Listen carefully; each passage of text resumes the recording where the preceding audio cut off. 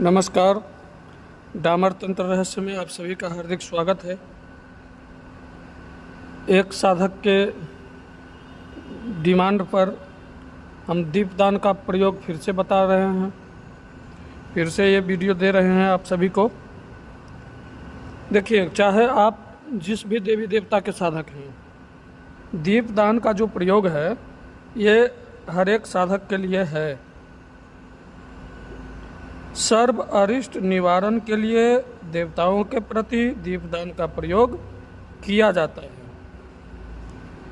जैसे अगर कोई साधक, हमारा बगलामुखी साधक, अगर मूल मंत्र का साधना कर रहा है तो उनके लिए 36 दीपक का प्रयोग, या एक ही, जैसे मेरु तंत्र में बताया गया है कि एक ही दीपक का 36 मुख बनाया जाए और 36 बत्ती लगा करके दीपक जलाया जाए, तो आप ऐसे भी प्रयोग कर सकते हैं।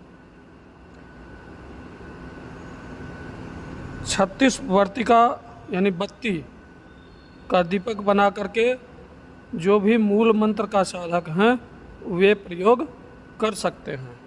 और यहाँ पर बार बार पूछा जाता है शत्रुनाश के लिए, तो शत्रुनाश के लिए काली उड़द को पिसवाएं, उसके आटा को गूंथ करके उसमें थोड़ा सा पीला सरसों मिला दें, साबुत खरा, ऐसे ही पीसना नहीं है उसको, और उसको जो दीपक बनाएं, तैयार करें उस आटा को गूंथ करके। और तेल सरसों तेल का हो, और बत्ती जो कि पीले कलर के कॉटन कपड़ा का हम बनाएंगे, और उसको पहले से आक का दूध, मेंसिल, हड़ताल, ये सारी का जो है पेस्ट बना करके बत्ती में लगा देंगे और बत्ती को सुखा करके पहले से तैयार रखेंगे। अगर मेरु तंत्र के हिसाब से अगर बनाते हैं तो उसमें भी एक ही, यानी 36 गिनती करके 36 डालेंगे काली मिर्च उस दीपक में। और नहीं, अगर 36 दीपक जलाते हैं तो 36 काली मिर्च एक एक दीपक में एक एक डालना है, यानी 36 दीपक में 36 डालना है। तो ये प्रयोग भी करना होगा शत्रुनाश के लिए, ये चीज़ बता रहा हूँ। और अगर कल्याण के लिए करना है तो फिर घी का दीपक, शुद्ध देसी घी का दीपक जलाएंगे, उसमें एक एक बूंद शहद टपका करके और माता श्री को अर्पण करेंगे। और बार बार हम कह रहे हैं सभी वीडियो में कि शत्रु के पीछे ना भागो। शत्रु अगर आपके पीछे पड़ा है तो वो अपना प्रारब्ध बना रहा है, उसको बनाने दो ना, खराब कर रहा है वो करने दो उसको। आप सिर्फ माता श्री के साधना में लगे रहो, बाल बाका नहीं कर पाएगा। एक अगर सिर से बाल भी गिरा है ना तो उसको भी वो टेढ़ा नहीं कर पाएगा, गारंटी देता हूँ, लिख करके देता हूँ, नहीं कर पाएगा। अपने ऊपर केवल ध्यान दो ना। शत्रु के पीछे भागते हैं, प्रयोग तो हम बहुत सारे दिए हैं, लेकिन इसका क्या मतलब? सिर्फ और सिर्फ हमारे साधक अपने ऊपर ध्यान देंगे, किसी शत्रु के ऊपर नहीं। शत्रु का अपना कर्म है, करने दो उसको खराब, उसका फल, उसका परिणाम वो भुगतेगा, और भुगत रहा है, बहुत सारे भुगत रहे हैं।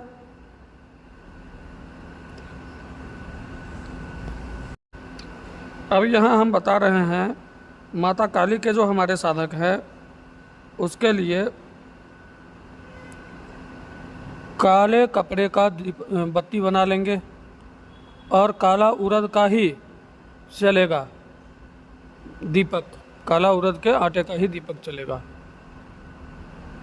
सरसों तेल से ही दीपक जलेगा। और जो त्रिपुर सुंदरी के साधक हैं उनके लिए लाल रंग का दीपक चलेगा। आप शुद्ध कहीं अच्छी स्थान से मिट्टी लेकर के भी दीपक बना सकते हैं, लेकिन वर्तिका यानी बत्ती जो है लाल रंग का ही चलेगा और शुद्ध देसी घी का दीपक जलेगा।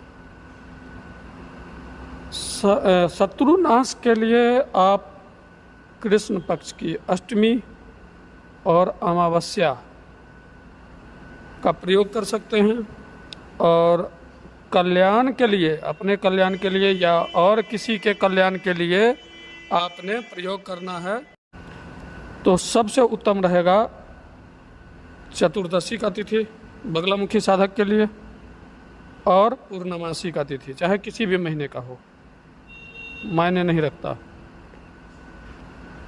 चतुर्दशी और पूर्णमासी का तिथि जो है सर्वोत्तम है, उसमें भी शुक्ल पक्ष की चतुर्दशी जो है सर्वोत्तम है मानव कल्याण के लिए, और पूर्णमासी तो है ही कल्याण के लिए बढ़िया। तो इस तिथि पर आप प्रयोग कर सकते हैं। दीपक का संख्या 11, 21, 51 या 108 या 1008 जितना हो सके, इसमें कोई निश्चित नहीं है। अगर आप चतुराक्षरी मंत्र का प्रयोग कर रहे हैं तो 4 दीपक से भी काम चला सकते हैं। अगर आप 36 अक्षरी मंत्र का प्रयोग कर रहे हैं तो 36 अक्षरी, शताक्षरी मंत्र का प्रयोग कर रहे हैं तो 100 दीपक का प्रयोग होगा। तो इस तरह से आप प्रयोग कर सकते हैं। चलिए अब आगे बता दे रहे हैं प्रयोग विधि। प्रयोग विधि हम पहले वाले वीडियो में भी दे चुके हैं, फिर भी यहाँ भी हम बता दे रहे हैं। सर्वप्रथम पीला चौका लगाएंगे, हल्दी के रंग से त्रिकोण बनाएंगे, त्रिकोण के बीच में हीलिंग लिखेंगे, हीलिंग बीज मंत्र हीलिंग लिखेंगे। इसके बाद अपना पवित्रीकरण, तत्व शुद्धि, पवित्रीकरण ओम अपवित्र पवित्रो वा सर्वावस्थांगतो विभाजः सम्रेत पुनरिकाक्षं स्वभाष्याभ्यंतर सूचि पुनः तो हरिर हरिर विष्णुर विष्णुर, इस मंत्र से पवित्रीकरण करेंगे।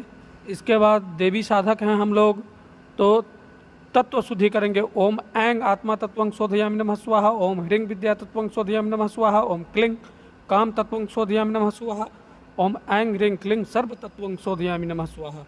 इस मंत्र से अपना तत्व शुद्धि करेंगे।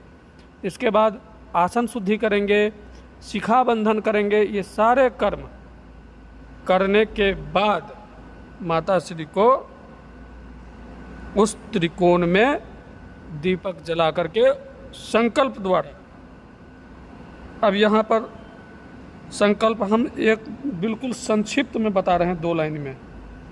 अमुक मास, अमुक तिथि, वार, संवत्सर ऐसे उल्लेख करना है अपने हिसाब से।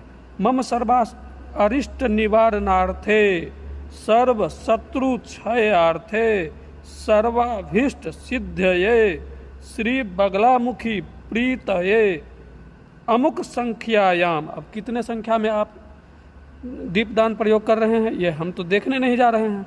तो अमुक संख्यायाम दीपदान कर्म चाहं करिष्ये, ऐसे बोलना है।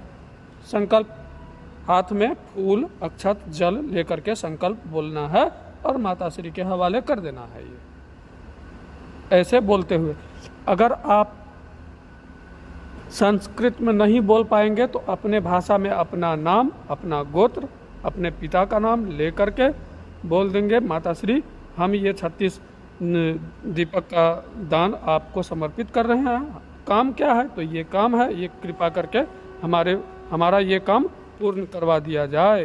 बस माता सभी भाषाओं की जननी है, वो सभी भाषाओं को जानती है। आप जिस भाषा में बोलेंगे, अपनी मातृभाषा में भी बोलेंगे तो वो समझ जाएगी, कोई बात नहीं है। तो आप इस तरह से ये प्रयोग कर सकते हैं।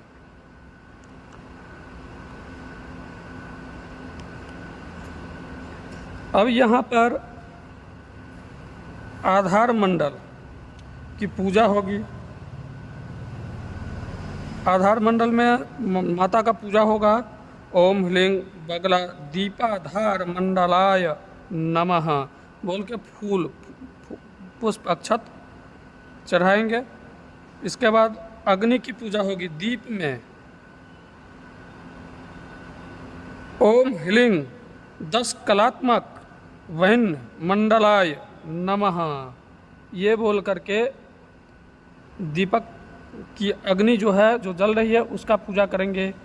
इसके बाद घृत में अगर घी से आपने दीपक जलाया है तो घृत में, अब इसमें चंद्रमा, अब ये रस है एक तरह से, तो चंद्रमा का वास होता है। तो ओम ह्लीं सोमात्मक षोडश कलात्मने नमः। इसके बाद फिर लौ की पूजा होगी। 12 लौ जो जलता है दीपक का लौ उसका 12 कला कहलाता है। तो ओम ह्लीं सूर्यात्मक द्वादश कलात्मने नमः। इसके बाद मार्तंड भैरव का पूजा होता है। ओम ह्लीं मार्तंड भैरवाय नमः।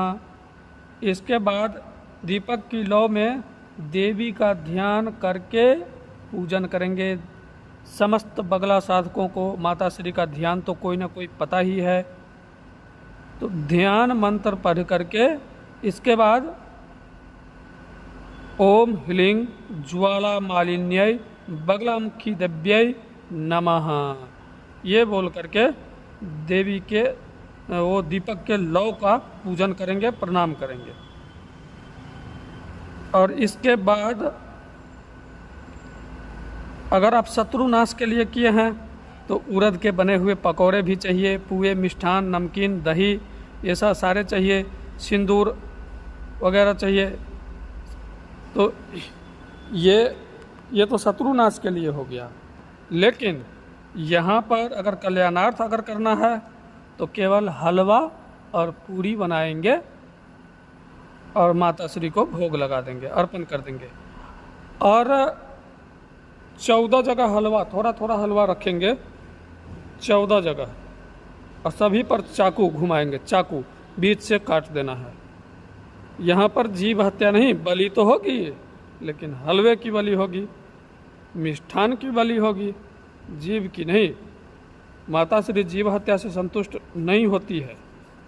तो यहाँ पर अगर आप मिष्ठान का दें तो फिर आपने बेसन का लड्डू का भी दे सकते हैं, और उससे भी नहीं तो उड़द के, काला उड़द के बेसन का बना हुआ पकौड़ा का भी आप दही बलि में दे सकते हैं, मिक्स करके दही और पकौड़ा, दही बड़ा जिसको बोलते हैं, लेकिन वो काले उड़द के बेसन का ही होना चाहिए, ये भी दे सकते हैं, इसमें भी कोई दोष नहीं है। तो इस तरह से आप दीप दान का प्रयोग कर सकते हैं। इसके बाद ये प्रयोग होने के बाद, बलि अर्पण करने के बाद में यहाँ पर एक मंत्र बता दे रहा हूँ। भो ज्वाला मालिनी बगलामुखी बलि भक्षय दिशं रक्ष मम सकुटुम्बस्य आयुकर्ता क्षेमकर्ता पुष्टिकर्ता तुष्टिकर्ता वरदा भव भो बगलामुखी बलिं ग्रासय ग्रासय दुष्टान भक्षय भक्षय हुं फट स्वाहा ये बोलते हुए बलि दे देना है। और अब ये प्रयोग समाप्त हुआ। तो इस तरह से दीपदान का प्रयोग करना है। साधक पूछ रहे थे दतिया के महाराज जी कि किस किस दिन करना चाहिए, तो अब हम आशा करते हैं कि आपको समझ में आ गया होगा कि किस किस दिन करना चाहिए। अगर दिन वैसे कोई नहीं देखेंगे तो मंगलवार अगर आप दीपदान का प्रयोग करें, बृहस्पतिवार अगर आप दीपदान का प्रयोग करें तो भी सर्वोत्तम है। और महाराज अपने कल्याण के लिए ही करें, शत्रु की तरफ ध्यान ना दें, अपने कल्याण के लिए करें, निश्चित रूप से सफलता मिलेगी। जय माता पीताम्बरा। मुझसे संपर्क करने के लिए मेरा व्हाट्सएप नंबर 8810436642, इस पर संपर्क करेंगे। एक बार फिर से नमस्कार। जय माता श्री, जय गुरुदेव।